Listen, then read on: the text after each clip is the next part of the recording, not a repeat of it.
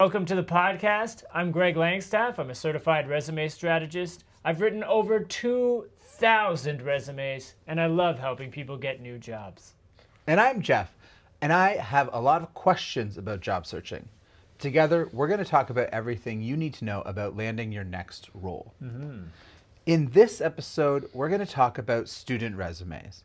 What makes a student resume different, what counts as experience, and the mistakes you should avoid. Welcome to Next Job Now, The podcast where we help you get your next job right now.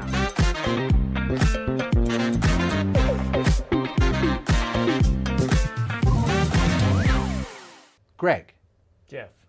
how is a student resume different than a professional resume? Well, the student resume is different in a lot of ways because we don't have nearly as much experience to pull from.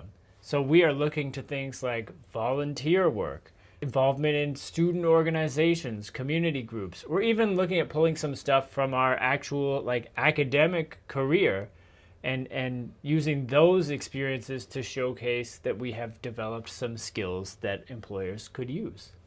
So talk to me about what that looks like when using volunteer work or extracurricular work, and even, like you said, academic work. How is that going to appear on our resume?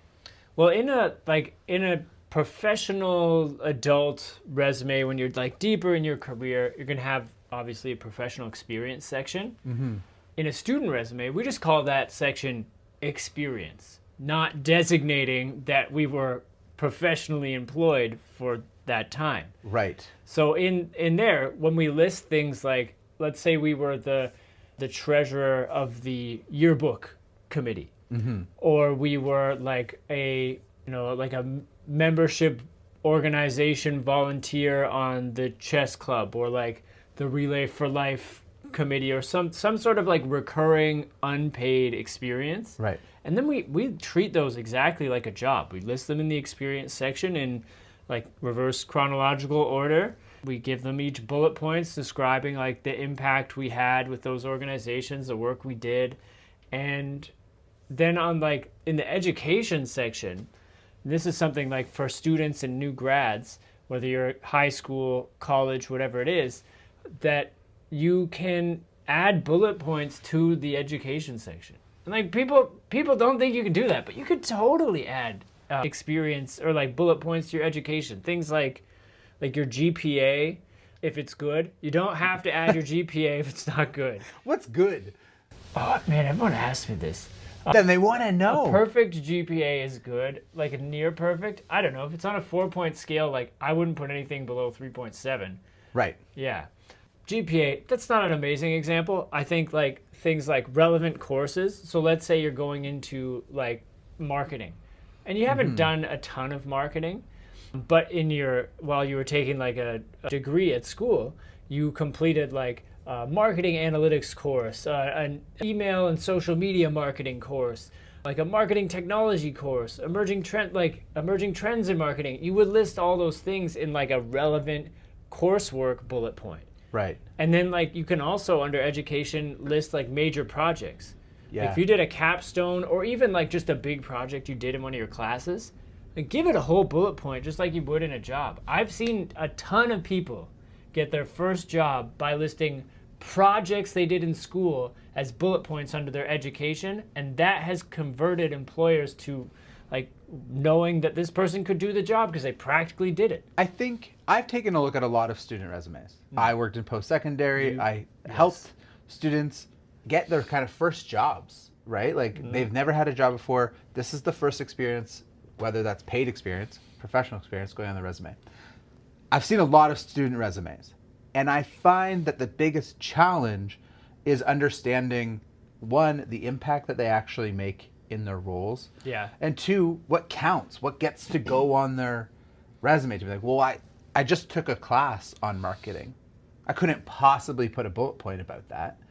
Or this capstone project that we did. They don't realize that this is your experience. Yeah. You do have marketing experience. Yep. Now, in terms of, you mentioned before, there's experience and professional experience, and we can title it differently. what counts as professional experience? Like if I'm a student working in an office, is that professional experience? Well, of course it is. Yeah. I mean, like where I draw the line of what counts as professional experience is where you paid. Right. But like, as I'm really trying to hammer home here, you don't need to be paid to do something to put it on your resume. And when you're earlier in your career, that you're going to have your best experience from usually unpaid things. Like we both did student council. Yes. And sure, like some of those positions were paid, equivalent of $2 an hour probably. Yeah. But like in those roles, we were doing stuff no one in an actual job would ever do. Like we were managing 6-figure budgets. We had teams of like 10 to 20 people. We were coordinating like dozens of large scale events. We were negotiating like deals with the university for space. Like all these things that we're doing were so much more professional than like what, I don't know, my job was lifeguarding. Right. And yeah, it's like this barely paid, we'll call it unpaid, student council experience was like a full-time, like running a business. Yeah, I think that the experience, and this is a really good message to students who are, well, what do I put on my resume? Get involved. Oh, yeah. Right? Because that's going to give you something to fill out your resume. My position on campus was orientation chair. So that means I got to plan, I think it was 37 events that happened in 1 week. I had a $60,000 budget. We were working with internal spacing. You're working with external vendors. You're looking at contracts. Security, risk, and liability.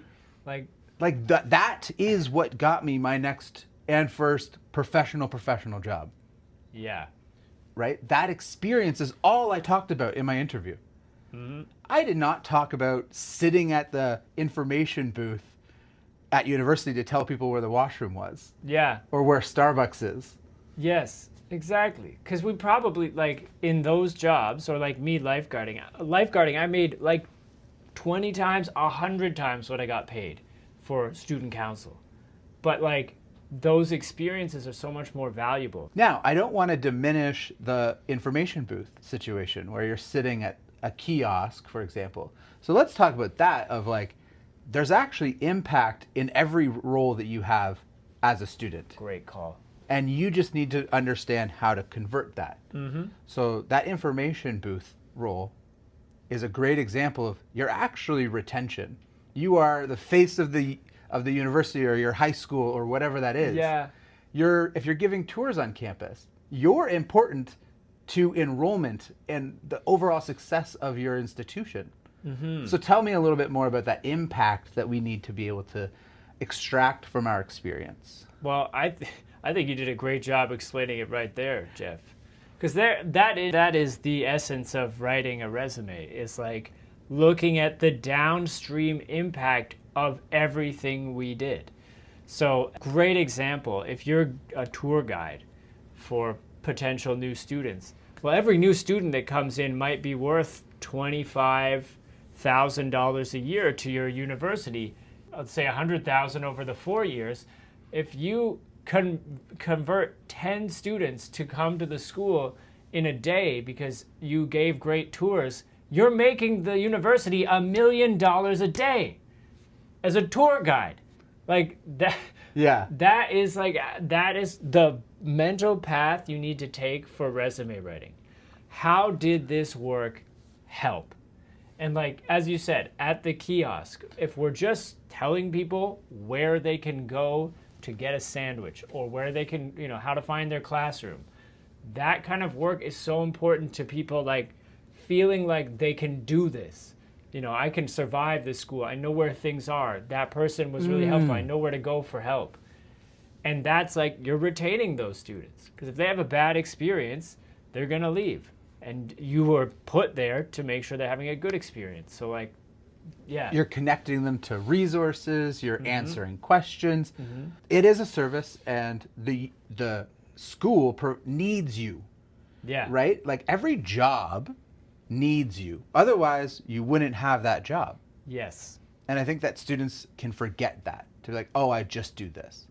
So let's do a reframing activity. Oh. I'm going to give you 4 examples, and I would love for you to turn them into bullet points on the spot. Okay. Greg's greatest skill. Ready? Yeah. You organize the time to meet and work on a group project. Project managed team of 6 students to align on large-scale project objectives and delegate workflow to facilitate on-time project completion. You went and bought supplies for a club event. Identified material requirements and spearheaded supply chain procurement to secure necessary materials for on-time and high-quality completion of said project. I love that you put in spearheaded. The best word. I've been saying spearheaded since the day I was born, I think. You volunteered at a university's open house. Oh, that one's so easy. Supported the acquisition of hundreds of incoming students valued at millions of dollars in future revenue through one-on-one connection building and facilitating a sense of connection and possibility with the institution. Oh my goodness. Okay. Convinced friends to join our intramural team. Well, firstly, I remember when you convinced me to join an intramural team. I'm a highly effective sales rep. Oh, do you want to try this? No, one? no, I do not want to try.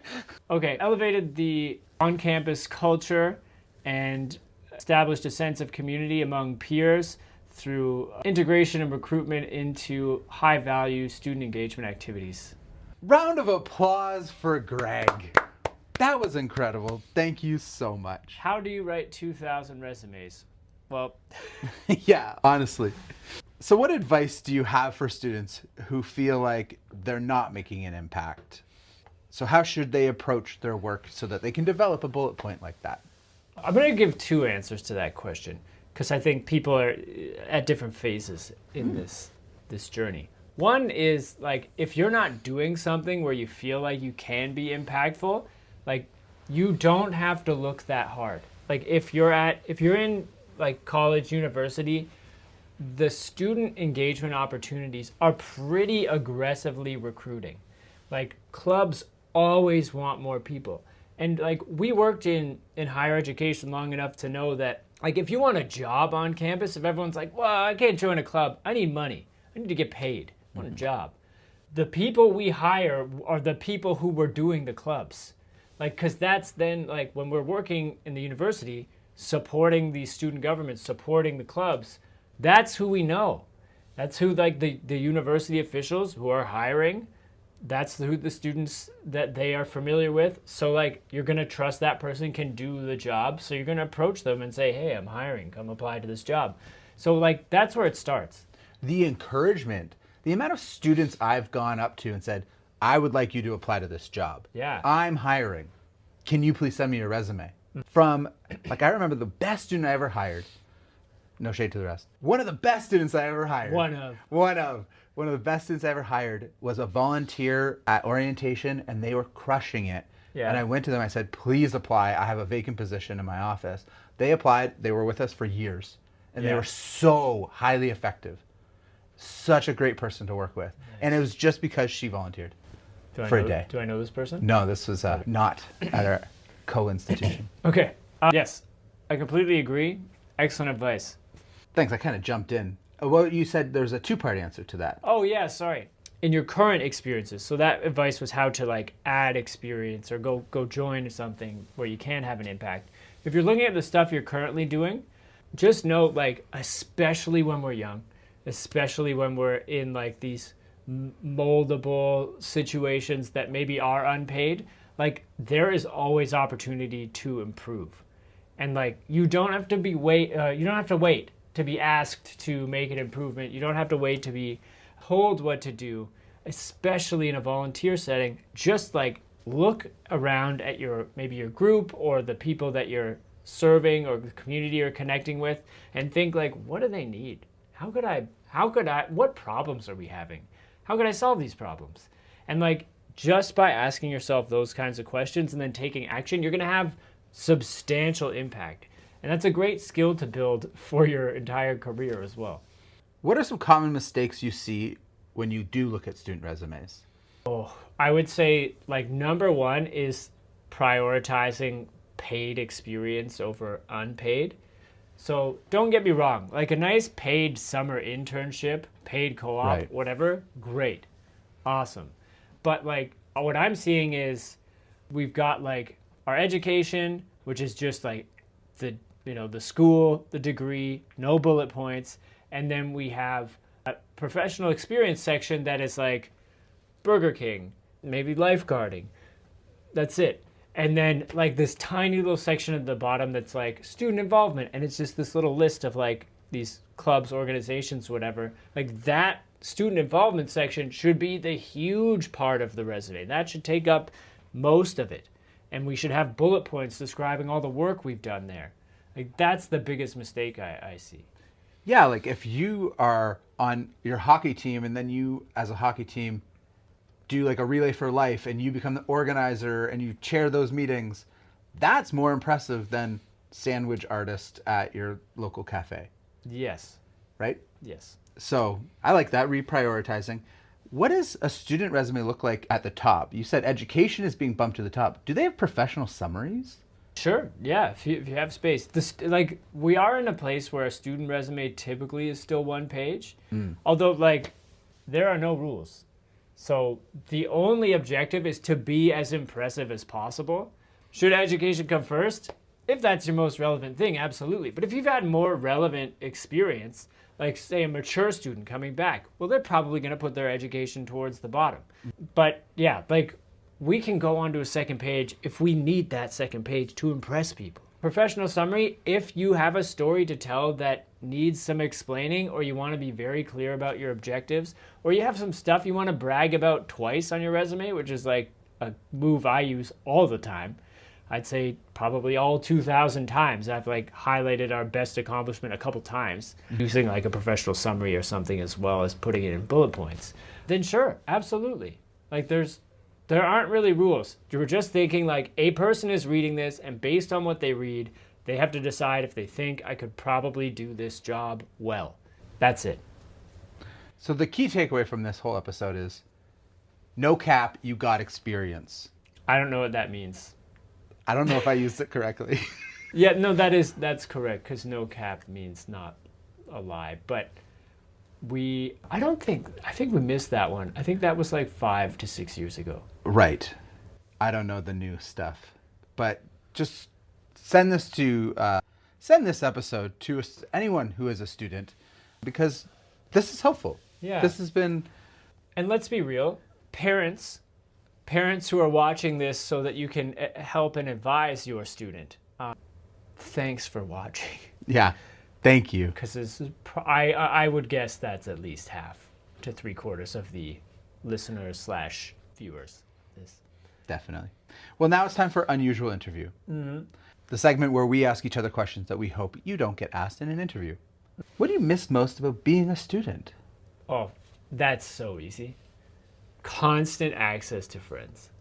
Yes. And you don't have to make plans, right? Like, oh, class is over at 11.